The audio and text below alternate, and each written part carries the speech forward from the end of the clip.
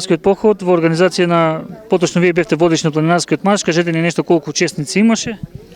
Вака, по повод 76 години од февруарскиот поход,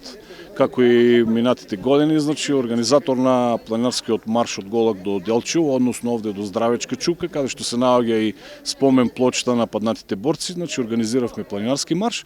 кој што е во вкупна должина од 10 км во еден правец и на кој марш учествуваа значи некаде околу 50